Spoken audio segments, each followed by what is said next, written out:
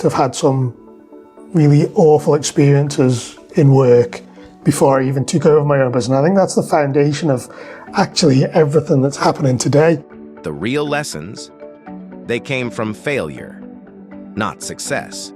Young people coming into work, how do they learn how to lead? You don't have natural born leaders. I don't buy into the idea of natural born leaders. So here's the uncomfortable question.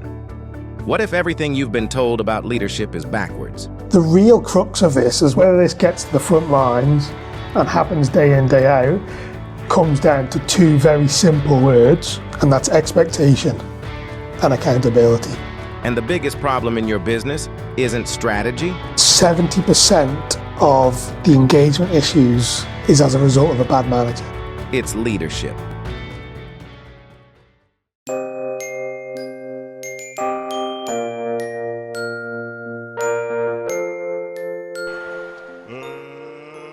So today, joined by Andy Jones. Thanks for joining me, Andy. Yeah, no, thanks for the invite. Pleasure. So founder of PeopleBrand, Yeah. leadership and culture consultancy, helping CEOs and leaders. So we'll talk a bit about that today, if that's all right. Focus, I guess, is on, and certainly reading the bio, company scaling, communication breaks down naturally as things get bigger. And it's fixing those key culture and leadership pieces in, I guess, that you work with CEOs. I know you also do a bit of work with the tribunal on the Isle of Man. That'd be quite interesting. I appreciate maybe not the finer details of tribunals, but your roles in that as well. And I know you don't do the podcast anymore, but I'm sure we can have a little quick chat about what you used to do in regards to that, because that certainly ties into some of your background in hospitality. So let's start there in your background. What brought you, not necessarily right here today, but what brought you to where you are now in your career? Well, I think a lot of my story stems from sport. If I think back, and it was only the last couple of months, I've really thought back of what's gotten me to here today, wanting to help people be better leaders, build better cultures, and it absolutely stems back to high school with my rugby. So I played quite a high level of rugby, as you know, through my very short rugby career, which curtailed by shoulder injuries. But I was playing Isle of Man schoolboys, King William's first team captained the Isle of Man schoolboys as well, and then on the fringes of Leeds Met uni rugby, county rugby. So, and I think back to really the culture element and the leadership stuff started then. Leading on the pitch, not necessarily off it, but also the realization that the coaches back then gave me free rein around culture. You know, I remember the scope that they gave me to shape the culture of the teams, you know, not just plunked in a team and, you know, given the armband as captain, actually given that responsibility. And it really does start from there, through into, as we've met, through the cycling, and you know, all of it, all the mindset and the approach, it all stems from sports really, initially. But I've been in various industries, from construction, retail, hospitality, into government, utilities, agriculture, fisheries, huge range. I would never say I was pigeonholed, let's put it that way. No, doesn't sound like it. Got a huge variety in terms of background of, you know, working in industries. Was that conscious thought on your part, or just where life took you? Absolutely, just the opportunities in front of me. And I remember growing up, people saying, "Oh, you know, you've got to get a career, you've got to have," and I never felt like that was me. Okay. Like, it was more about, okay, what's in front of me? What difference can I make? You know, if I seen a job advert for something, how could I meaningfully change something in that role? And that's always been a big decision, part of the decision making. Once you know, when it's presented in front of you, it's never been about the long term, you know, this is where I want to be at 60, and never ever had that. I've had a general vision, but never had the want to follow one path. I know you've had some of your own businesses. Then the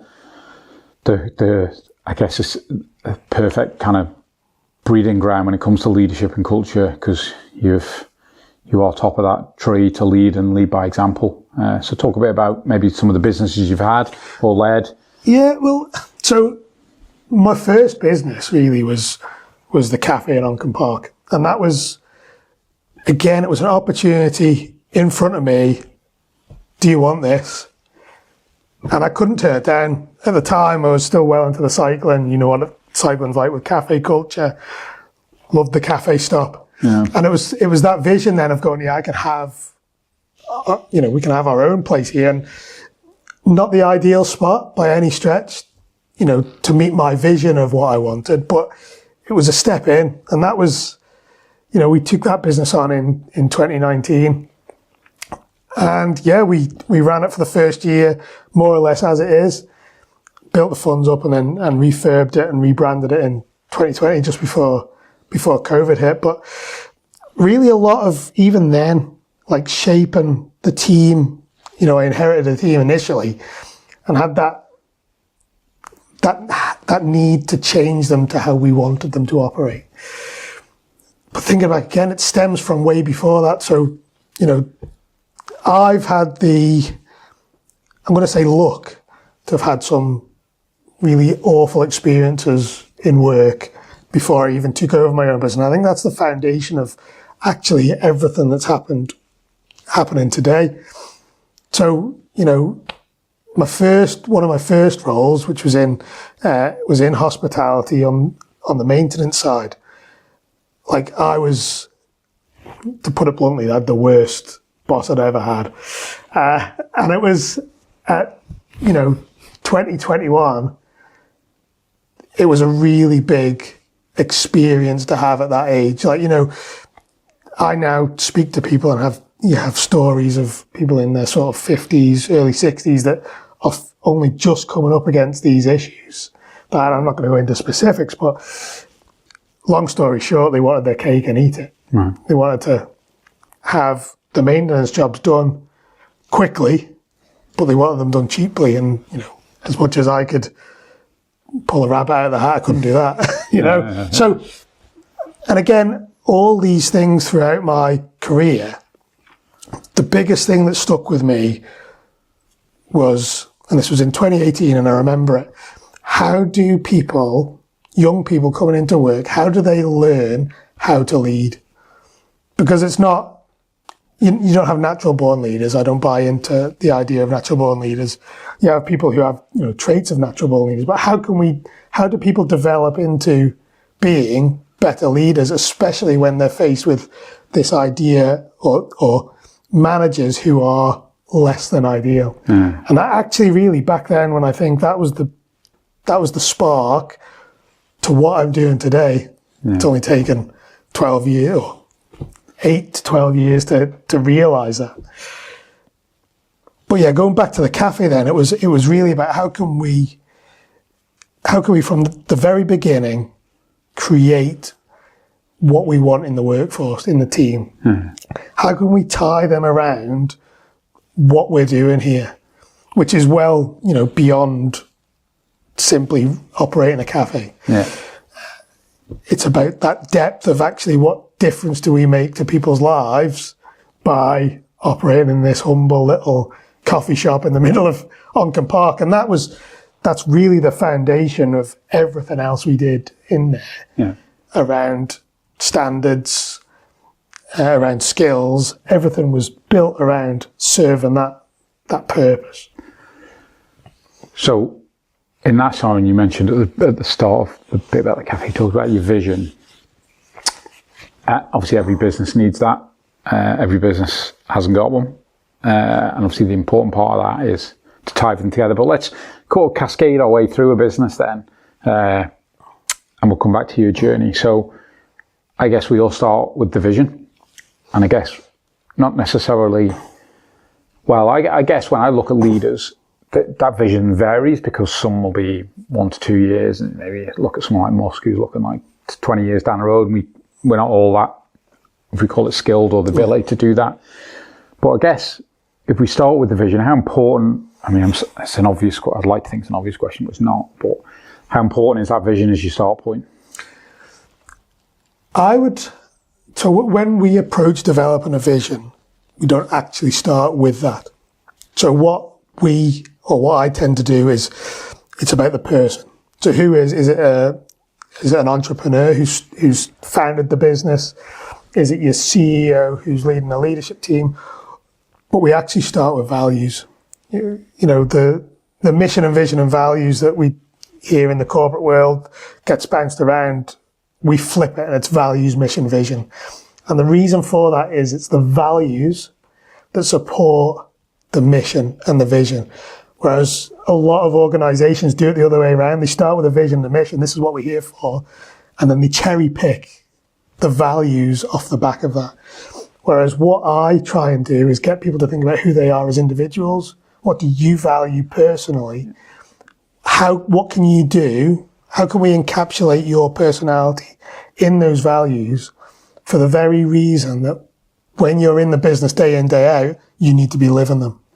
And if you've picked some arbitrary values to fit your mission and vision, you're less likely to be able to hit them day in, day out authentically than you would be if, you know, we're starting with you as a person. Yeah. So that's really, whether it's an individual or the leadership team, it's collectively bringing all of their own personal core values into a pot and then selecting, you know, the top 8 from there.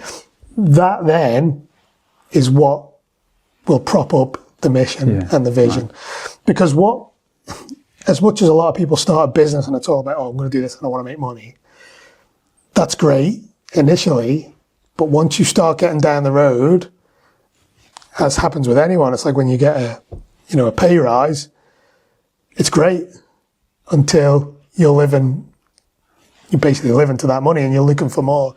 Whereas with doing your mission and vision this way, you create a more human, a more human statement for the business of what the business is serving, rather than simply chasing some, financial target or whatever it is. Yeah.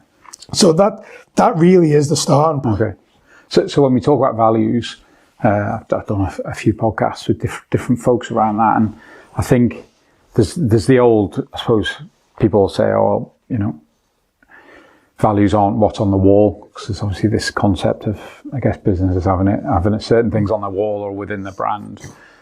For you, like your experiences, talk a bit about your experiences with values. And I always use the example when I saw a clip from the CEO of Airbnb, and he talks about the behaviours of the business. And it is, until you've seen it in action, it's quite, I think anyway, from my experience, it's sometimes quite hard to see how the values tie to behaviours, which tie to decisions, which then ultimately tie to how you run a business. It's quite, maybe people can see it there clearly. I've struggled at times until you see it in action and you're like, this makes sense. Or you've got to make a decision and you just go kind of back to your values and you think, I've got to spend £1 million. How do my values fit that? But everything you're trying to do with that million will tie into these values. So is that your experience? And then I guess if you're dealing with a group of 6 people as well, the value range can be fairly wide, and I guess it's also shaping them down that they don't become just a big beast, I guess. I think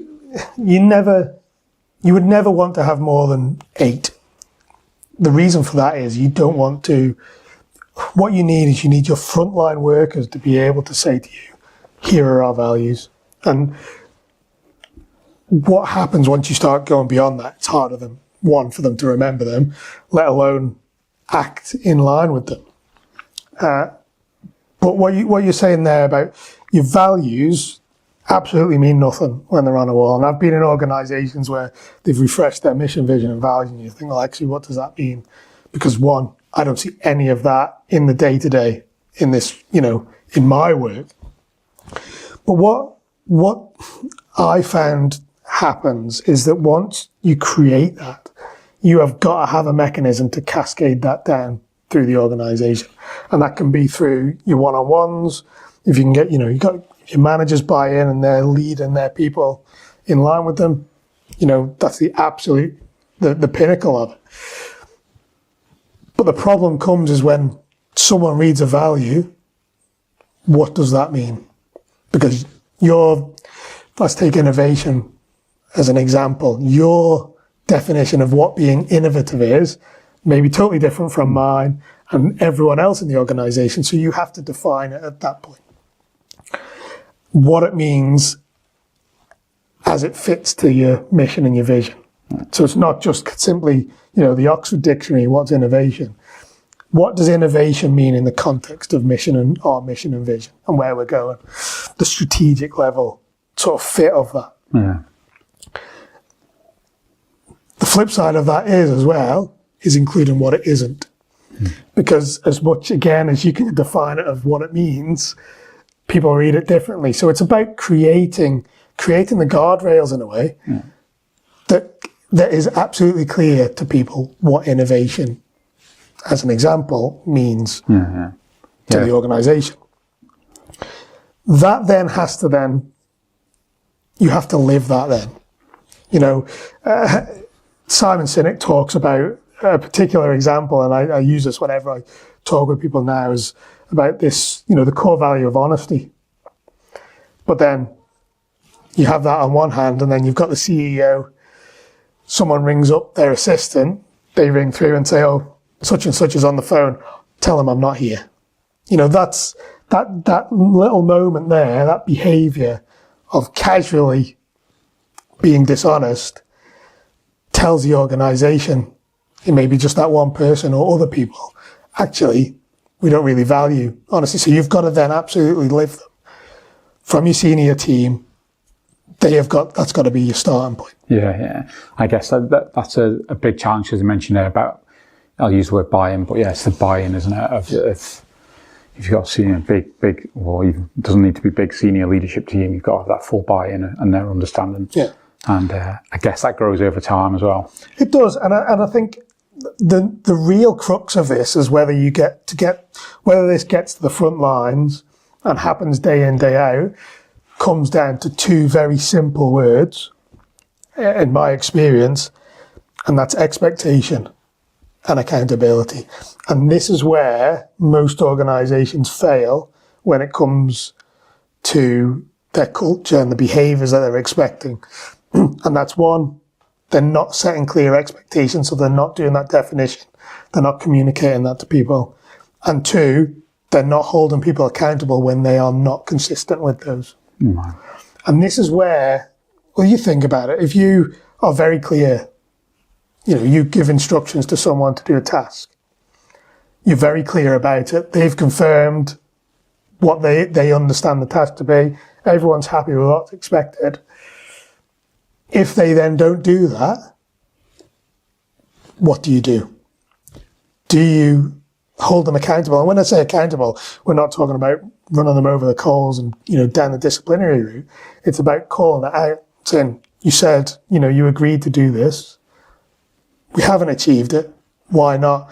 And it's as simple as that, in that it shows people that the key behaviors of a culture are being monitored. Yeah. They're not just passive. That's where culture starts to slip, is when it becomes passive. But if you are on top of people and you're saying, okay, this is what we said we were going to do, if integrity is one of your core values, you've said we're going to do it, we haven't done it, why not? And it's trying to understand then why not.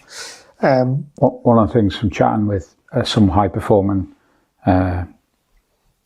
athletes at like world level, they talk about in their team that accountability, and the key part to that, being able to give that feedback. So you used to call it constructive feedback. That feedback is the trust, but with the individuals that's giving you feedback. So I guess it's always important, I think, when you're giving that feedback, and it can be challenging, especially if expectations haven't been met, and you don't want to create a finger pointing environment.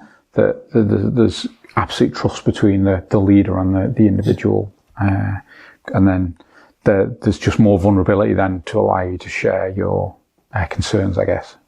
Yeah. And it comes down, really, it does come down to that trust, and it's actually, what's the intent behind it? Yeah. Is the intent there to help this person improve, or is it there to punish, or to publicly punish them? And trust is built in those tiny moments. You can't just say, oh, one night, oh yeah, I'm going to be more trusting tomorrow, because it takes a lot longer. You know, you've got to show a consistent pattern of behaviour over 6, 9, 12 months to someone, especially if the pattern previously has been less trusting. Let's put it that way. Yeah. Because when you think about it, if you're in an organisation and you don't trust the organisation as a whole, whether that's you don't know what direction they're going to go in, comes back to our vision again, whether their decision making is very indecisive, or they're changing direction from one week to the next. All these elements at a macro level signal, it's a distrust signal, because your people don't understand what's going to happen next week. And the same at an individual leadership level, if you have a line manager, say, for example, who is changing their mind from one week to the next, or will show up in one mood one day and a totally different mood the next day, no one has got a handle on. And that, that's sort of fundamental trust stuff. But again, it comes back to our values and setting the expectation and holding people accountable when they're not building trust with their people. Yeah. So we'll move on from values. The one thing I'd say, I'm quite interested, the last guy I worked with on values, Travis, he talked about, he used a fist of 5, and he was kind of like 5's kind of a sweet spot. But he also talked about passport values, and you should, again, everyone's obviously got their own view on this, but the trust, the integrity of your words, it's like their default there. He calls them passport values. You shouldn't need to document them. Yeah. It's the other bit, whether it's the growth mindset, whether it's the innovation that you touched on earlier.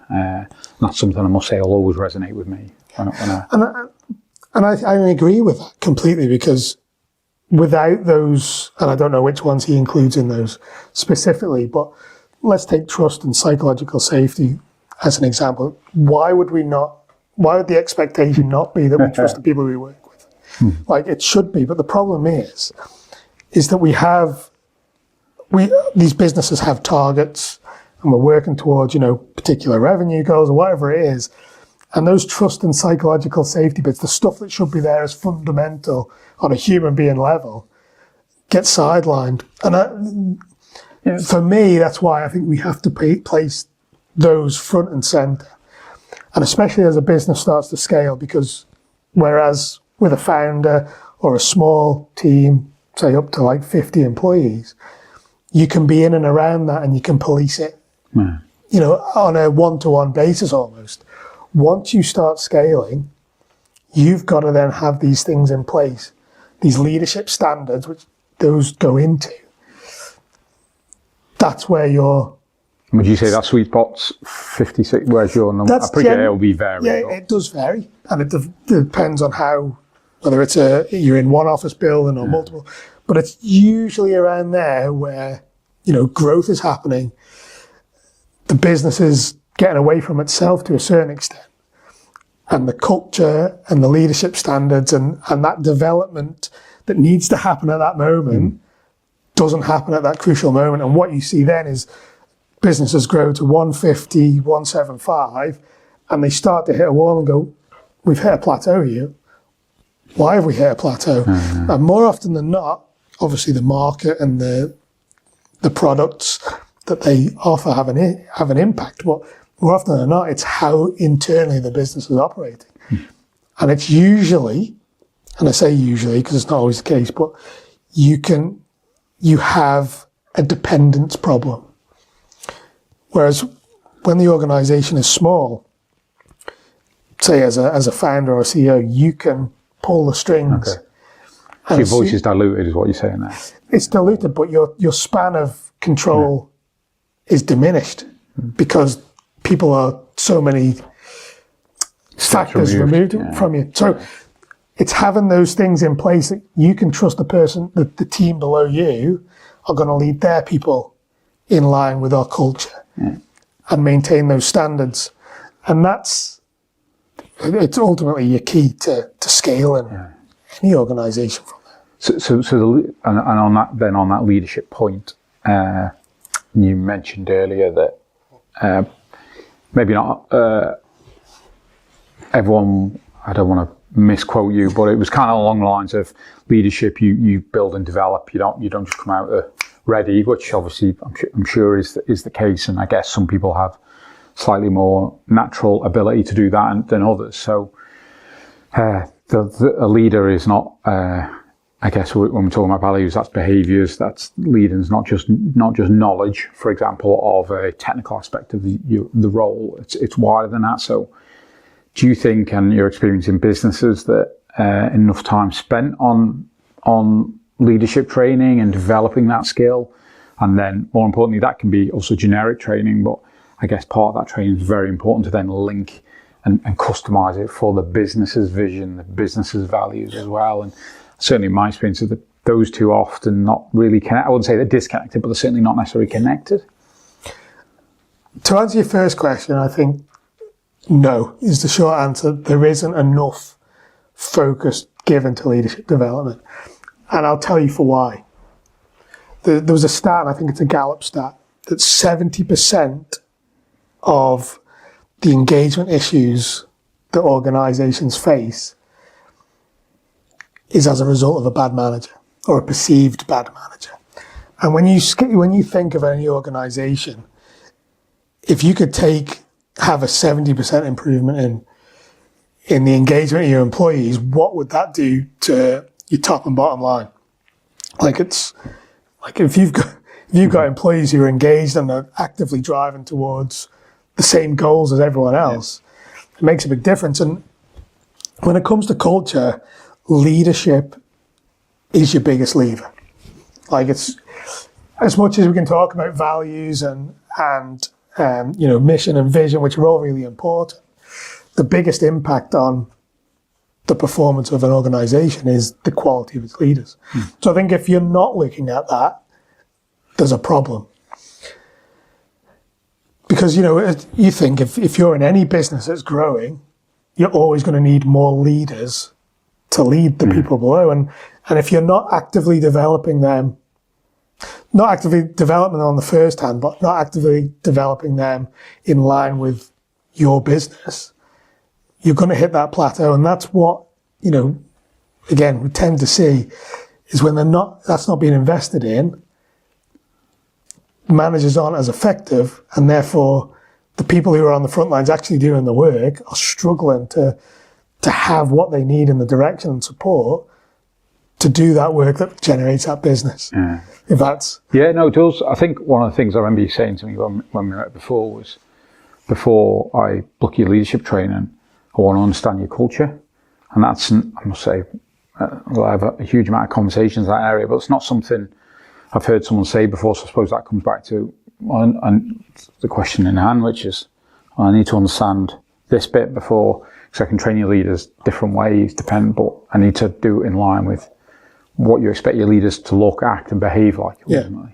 But there's two sides to it. There's that, but there's also I'm trying to get an idea of what's the mindset of the senior leadership team. And I say that because too often or not, we get this, there's leadership teams that will think, we need to offer them development. Let's develop them, let's put them on a leadership course.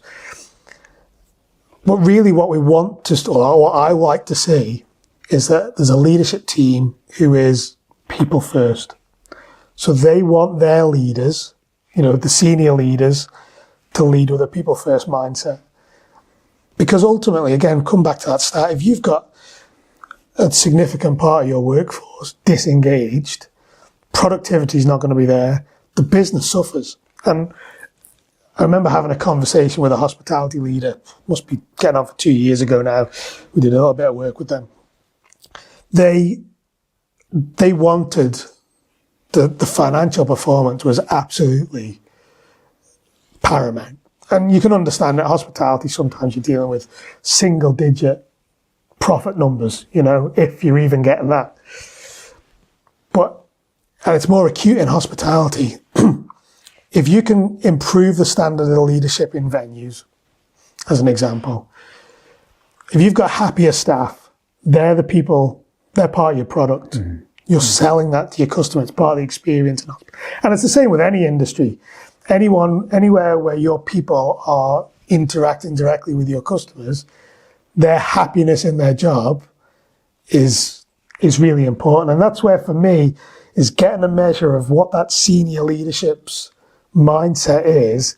Is it we want to just, be seen to be doing some leadership development because that's what we think we need? Or is it actually we want to have a happier workforce because we know a happier workforce turns into better numbers? Right.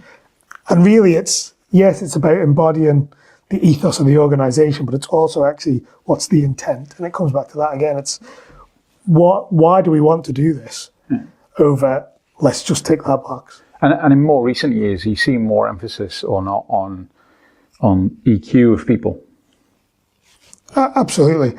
I think if we aren't, and especially in this age of AI now, if we're not being emotionally intelligent in our interactions, and it's, that's distinct from showing empathy, which is equally as important.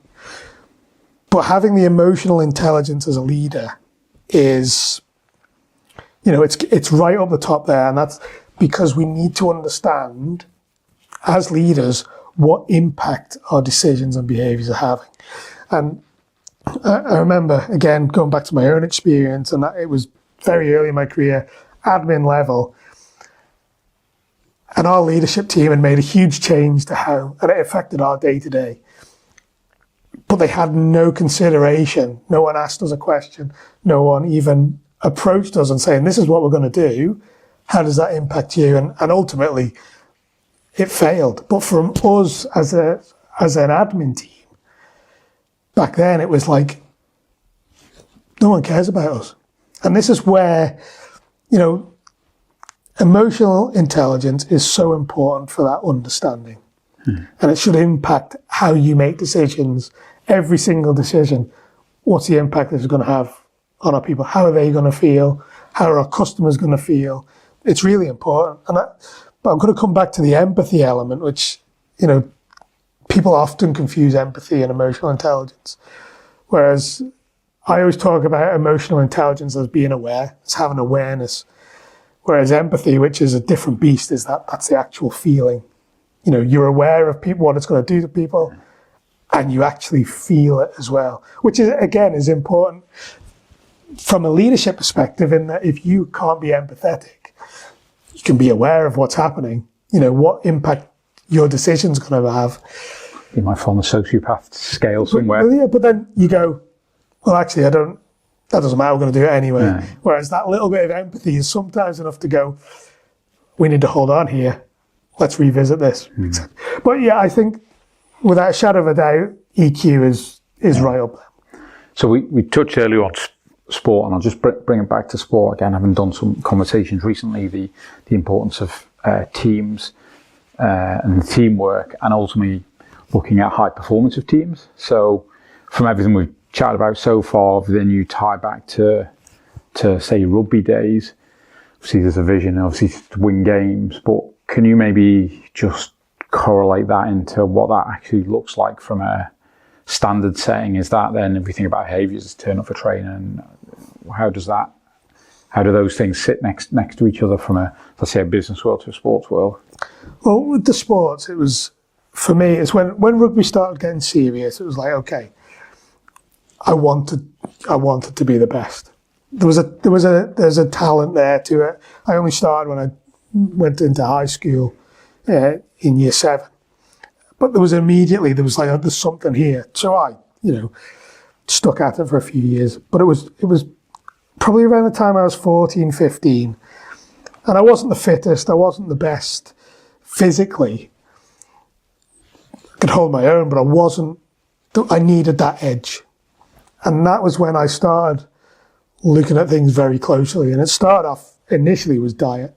And I remember buying, it was a Lawrence Delalio book. It was like a ring-bound book, and it had all these recipes, rugby specific. I was like, great. And I went into it like 2 feet. I was like giving my mum lists of stuff I needed to have. And I think for me, that was the spark, in that I noticed the difference. I made this change, not by any means a small change. It was a significant change, and it made a disproportionate difference for me on the rugby pitch within 4 weeks. And whether it was placebo or not, but I knew there was a change that happened. And, that went on. My fitness work, the amount of work I did outside of normal training hours, like people thought I was a sadist. I was down before training starts, do the training, and I'd be there afterwards, or I would go to the gym afterwards. But I think it was the mindset then. You start getting in that groove of, okay, I do this little thing. Do you think you're born with that? I don't think you're born with it. I think for me anyway, it stemmed from a vision, a personal vision, in that I wanted to see myself be better on the rugby pitch. And it wasn't a case of like I was lagging behind on the pitch, because, I knew my ability was good. It was that strive to just improve myself. And I see that now, and this is, again, with businesses, it's how can we take that next step? Yes, it might only be a small step, but what do we need to change to do that? And the same with cycling. Like, I came from rugby, and I remember my dad saying to me, he was sat on the sofa, and this was after I'd had my second operation on my shoulder. Because I'd had the first one, I'd basically dislocated and tore all my rotator cuff, went back, first game back, did it again. So there was like 6 months rehab, one game, another 6 months. And that was the point I was like, I think I need to reassess that. So going back to that conversation, I said to my dad, I said, I'm going to give cycling a go. And I remember him saying to me, saying, you'll never be any good as a cyclist. Like, you haven't got the body for it, you're not built for it. And I wasn't. I was built for rugby. Lots of muscle mass, especially upper body. Carried a bit more fat, which is, ideal for a rugby player. But it was that, I don't know if that was the real point where I was like, I'm going to show you. And this, You went well on the bike, from my recollection of getting my ass whooped by in a short space of time as well. But again, it's mindset. It's having that. In that case, it wasn't just the motivation that my dad had given me in that moment, that I'm going to show you. It was about, for me personally, a challenge. Because it doesn't matter, and you'll know from the work you do, even running like a podcast like this, you don't do it for what people see. You do it for yourself and what you're going through behind closed doors. And certainly the cycling, God, it must have took me at least 2 years before I was anywhere near competitive. Like, I remember my first race, the handicaps, and I was like, yeah, and been going well on the bike, and you just get blown out. And that's, again, it's those failures, isn't it? And how that feeds that mindset is really key. But again, translating that into business, with the sport, I was looking for tiny bits, and this was before we were even talking about marginal gains, and which everyone's heard of now. But I was thinking, how can I improve just that tiny bit? Because I knew I was already on the back foot. Yeah, and stack up the 1%, basically. Yeah. Because again, obviously a lot of my motivation comes from proving my dad wrong, but we were talking when cycling got serious about, buying top end kit. He's like, oh, if you're racing the Tour de France, buy the kit. And my argument to that was, I'm already behind. Why handicap myself? It's always about how can you take as much slack out of the system as you can. Yeah, when we, not to get too much into sport, when I was chatting with Will Draper, who's been working through the try ranks, I guess, for 6 years now, and he's, if you follow him on socials, he's into his, you call him his nerdiness of like the 1%, 2%, but he's like, why would I turn up to a race just knowing I could go 3% faster by buying this piece of kit, this skin suit? And I never really looked at it that way, but it's like, why would I set myself at a disadvantage to start with? Well, I was exactly the same. Like, and when you think back to it now, looking at it now, I think some of it was crazy, but even little things like we swapped out on the time trial bike, swapped all the bearings that came with the bike and put ceramics in. And it must have cost me 600 quid.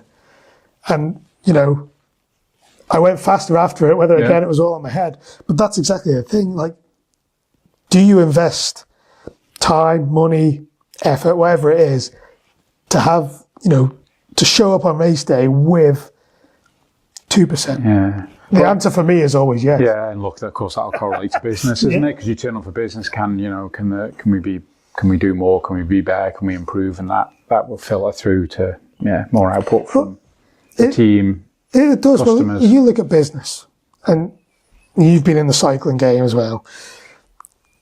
The training to racing ratio in sport, like there's a lot more training than there is, actually doing the racing and the performing. Business seems to be the other way around. There's a lot, and I know the commercial element. There's a commercial argument to this, but you can't expect people to just work, and then perform at a high level with a minimal amount of training. Tick box exercise. You almost have to flip it again and say, actually, what do we need them to do more often when they're working? How do we achieve that? Again, it's a strategic exercise, obviously, but you've got to, how can you better position your people to perform in the way you want them to do? Training and pressure testing that in a safe environment is a really good way, which is, what we used to do, what we do with our cycling. Yeah, of course, yeah. So just to finish off, I know you've run a hospitality podcast. Maybe talk about a few sort of takeaways you took from that, not only from, I suppose, trying to run call it a podcast, and we would call it a business or a networking opportunity, and maybe some of your guests, things that you took away from that. And then finally, I know you do a bit of work with the tribunal side. I'm not to ask whether that's paid, but I assume part of that as well is to gain more experience. To talk a bit about that as well. Yeah. Well, I'll start with the tribunal. That's something that's relatively new for me. It's been less than 2 years now, but it's when I was in the cafe and we had the staff then, and I can still remember the conversation now. Again, all this feeds into what I'm doing today. One of the staff said to me, he said, I have never had the stability in my life that I've had from this. He said, they've worked in hospitality, by far the best boss we've ever had. And they shared some of their stories, and I was absolutely horrified. And it's not only them, it's people who are close to me, family members, have been treated awfully by bad employers. And that was really the trigger. When I seen the advert for the tribunal, I was like, I can be a part of good here. It fits with what I'm doing now, people-focused, values-led leadership. So yeah, it's been an eye-opener to see some of the situations that are out there, which, when you see both sides of the story, and it's just been a really interesting journey. Yeah. And is that, out of interest, is that a panel you sit on, you discuss as a panel and make a recommendation to the chair to, how does that work? So you sit with the chair, you sit as a 3 generally, with the chair, and then 2 panel members, one who is for the employer's side, one for the employees. And it's, it's not necessarily that they're fighting for one side or the other, we're there just as an independent tribunal to assess essentially what's in front of us. And obviously, and you like to challenge in that role, or do you sit and listen and intake? You can do, yeah. Which I like that. For me, it's the curiosity element of it, which feeds for me. It's like I want to know, I want to get into really what's happening. So that side of it I really do like. But very rewarding. Yeah, I'm sure. Really I'm sure. And then whenever people use the word curiosity, I always think of podcasts, because I think a lot of podcasts are just curiosity, people asking questions and trying to understand. So just the final piece on the podcast you ran for a while, and the motives for that. So it started around the time when we sold the cafe in August 21, and we sold the cafe. We were looking for another location in the centre of Douglas, to move to, and I had nothing to do. So it was like, I've had all these experiences in the past. Back in 2018, I'd started writing about leadership just for myself, like blog posts ready for one day when I was, going to do something with it. And I was like, right, I've got to fill my time with something. Why don't I start a podcast? Mostly because I thought I was going to learn a lot, but also share and help other people be better leaders. And that's literally where I am today. It started from that decision to start a podcast. Yeah, and right. that originally it was very focused. It was cafe businesses in hospitality, and it was initially about generally how you run them, and then it just naturally moved into talking more about leadership. And that was when I started getting people contacting me and saying, can you help us? Yeah, right. And I think it was around about the same time, because we had this podcast was fully sponsored, covered my salary for 18 months, which was, it was like a dream come true. Because we were reaching 4,000 unique people a month, which for a cafe-focused hospitality podcast was massive. But so yeah, it started as that, and then started working with hospitality businesses. But you then started getting people who were outside hospitality saying, "Oh, can you help me with this?" And that was the idea of then PeopleBrand. It was about opening it up into serving any industry, because ultimately the principles of leadership, they transcend every industry. It's, yes, there's nuance and how you operate tactically as well between industries, but broadly they're very much the same. But yeah, every time I speak to anyone about podcasts, I'll always shout about how useful they are, one as an individual, learning tool, but also as a business building tool, without a shadow of a doubt. Yeah. The something you mentioned earlier, you used the word lucky early in the podcast, and I think I don't think, or I'm a big advocate that, of course there's luck if we use a definition of it, but it's you create your own luck. I'm a massive believer in that. And I suppose the fact you do a podcast that then leads to not only income and salary, but also other opportunities that the rallies, those doors simply may not have opened. Well, for me, and I absolutely agree with what you've said there, luck isn't luck. It looks like it from the outside, but going back to the podcast, when we started, we launched and I was doing 3 recorded interview episodes released every week. It's a lot. It was a lot. They were shorter. They were 20 I haven't done it for 6 years. That's a lot. Right. They were 20-minute episodes, so they were a little bit shorter. They were very to the point. But I think that the volume was definitely, without a shadow of a doubt, part of the success that we had with it. Because people were getting value. They were getting it in short bursts, which for hospitality employees is really important, because they haven't got the time to sit to listen to it. Everyone's just 20, 30, 40 minutes. But again, Alex Hormozy talks about it all the time. Volume is the key. Like, especially if you're in sales, if you're doing, messaging 100 people, you're more likely to get 1 or 2 from that than if you're messaging 10, which you might get none. Yeah. So the more work you do, the higher your rate, the luckier you are. Yeah, absolutely. Indeed. So folks want to reach out to you, PeopleBrand. We'll put some links on some links below in for LinkedIn, and I don't know, people still have websites. You got a website? People have a website? We have got a website. The new one should be launched in the next month. So.